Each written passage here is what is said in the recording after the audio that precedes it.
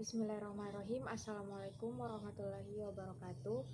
Perkenalkan, nama saya Nur Aulia Safar, NIM A0312210115 dari program studi akuntansi. Pada kesempatan kali ini, saya akan menjelaskan materi pendidikan kewarganegaraan pertemuan kedua, yaitu identitas nasional dan integrasi nasional. Selamat menyaksikan. Materi pertama yaitu apa itu identitas nasional. Identitas nasional terdiri dari dua kata, yaitu identitas dan nasional.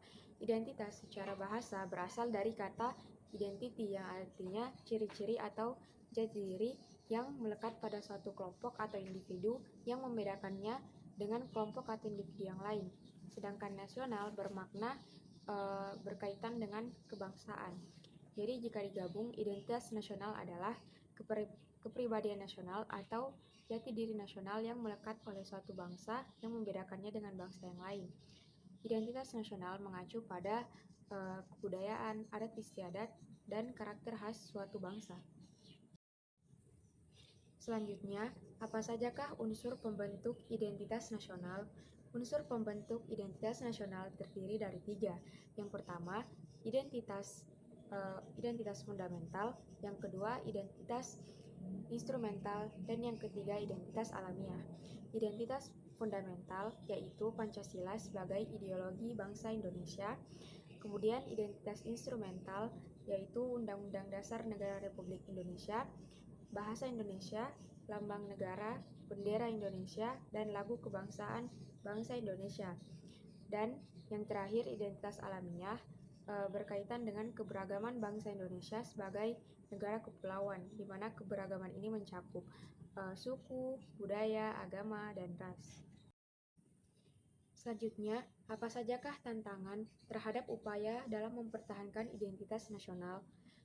Tantangan dalam mempertahankan identitas nasional terbagi atas dua, yaitu tantangan yang berkaitan dengan globalisasi dan tantangan yang berkaitan dengan integrasi nasional. Tantangan yang berkaitan dengan globalisasi.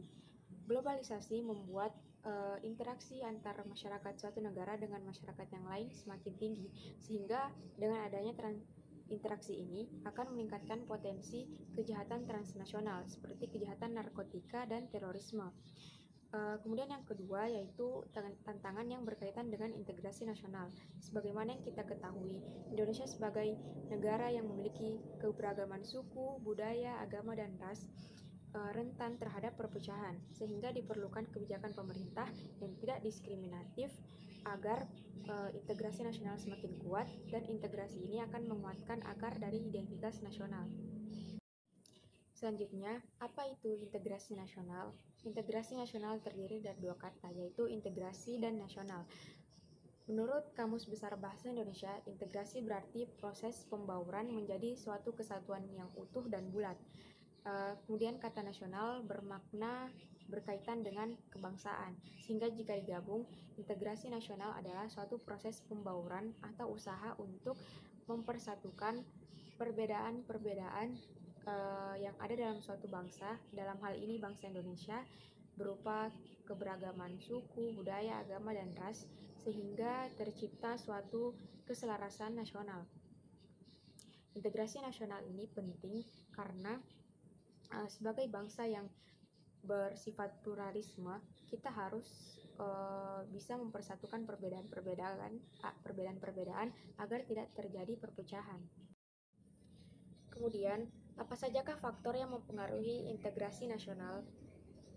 Faktor yang mempengaruhi integrasi nasional terbagi menjadi dua, yaitu faktor pendukung dan faktor penghambat. Faktor pendukung integrasi nasional contohnya yaitu penggunaan bahasa Indonesia, kemudian adanya sikap saling menghargai keberagaman, dan adanya semangat persatuan, kemudian adanya jiwa atau semangat gotong royong.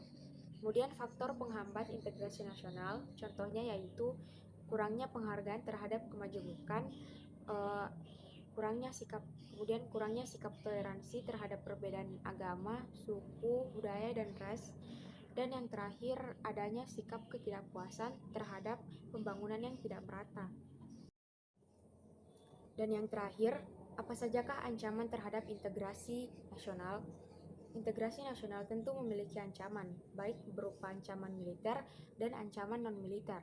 Ancaman militer berupa aksi teror bersenjata, spionase, sabotase. Kemudian ancaman non-militer itu terdiri atas ancaman ideologi, ancaman politik, ancaman ekonomi, dan ancaman sosial budaya. Ancaman ideologi seperti masuknya nilai-nilai liberalisme atau kebebasan yang tidak sesuai dengan karakteristik bangsa Indonesia. Kemudian ancaman politik. Ancaman politik itu seperti intervensi melalui hak asasi manusia. Selanjutnya ancaman ekonomi. Ancaman ekonomi ini dapat berupa inflasi, pengangguran, dan yang terakhir ancaman sosial budaya. Ancaman sosial budaya ini seperti isu kemiskinan dan kebodohan. Semua ancaman-ancaman tersebut harus kita cegah agar integrasi nasional itu tetap kuat dan kita masih tetap bersatu sebagai kesatuan bangsa Indonesia. Baik, itulah tadi materi yang dapat saya sampaikan mengenai identitas nasional dan integrasi nasional. Lebih dan kurangnya mohon dimaafkan. Terima kasih telah menyaksikan. Wassalamualaikum warahmatullahi wabarakatuh.